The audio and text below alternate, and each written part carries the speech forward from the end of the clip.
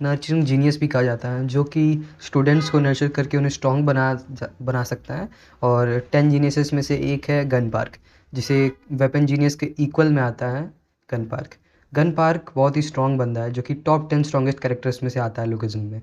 उसे अभी तक कभी भी हारते हुए नहीं दिखाया गया एक्सेप्ट यूआई डैनियल। और जब भी वो आया है तब तबाही ही मची है बस। लास्ट टाइम आई गेस वो आया था तब बारिश हो रही थी, और बारिश में सिगरेट जलाने वाला एक ही बंदा है, gun park. Ultra Instinct mode. Only few chosen one can master this. This state until now only Gun and Daniel can use this mode. UI users get a major buff in their muscles contract and become sturdy and high endurance. This mode also increases your senses like a Super Saiyan. Gun uses this mode all the time. That's why he is so fucking strong. This mode is like a cheat code. 15 साल की उम्र में वो Japan से Korea आया। Korea में उसे कुछ हुआ और शायद वो जेल चल गया। जेल में जाने के बाद वो चार्ल्स से मिला, चार्ल्स चॉय, ज़ीरो जनरेशन का मास्टर। तो जेल में जाने के बाद उसका डेली का रूटीन यही था कि सारे लोगों से वो लड़ता था। वो इतना बड़ा फाइटर था कि वो सबको हरा कर एक वॉल पर पूरी खून से रेड कर सकता था। जेल में रहने के बावजूद उसका ट्रेनिंग सेशन इतना ज़्यादा खतरनाक था कि लोग उसे मॉन्स्टर कहते थे, इसलिए तो उसका नाम वाइट डीमन है। और वो लुकिज्म के सबसे स्ट्रॉन्गेस्ट कैरेक्टर में से एक है। एक टाइम पे ये भी कहा जाता था कि वो टॉम ली को भी हरा सकता है। अभी कोई पता नहीं है, लेकिन मुझे तो लगता है कि वो टॉम ली को भी हरा सकता है। और दूसरी साइड में है वर्कर्स, जो कि चार्ल्स चॉइस के ऑपोजिट में है और बहुत ही डेंजरस ऑर्गेनाइजेशन है, जिसे तो हराने के लिए जेम्स को, मतलब आई मीन डैनियल को, बहुत ज़्यादा टाइम लग गया था। और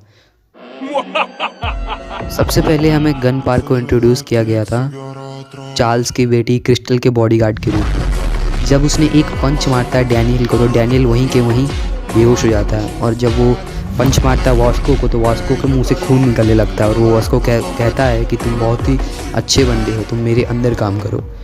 गन पार्क और गू किम ने ही 4 मेजर क्रू को स्टार्ट किया था। 4 मेजर क्रूज में से ही एक क्रू है वर्कर्स, जो कि बहुत ज़्यादा स्ट्रॉन्ग है और चार्ल्स चॉइस को अपोज करते हैं। चार्ल्स की वीकनेस भी उन्हीं के पास है, जीनियो।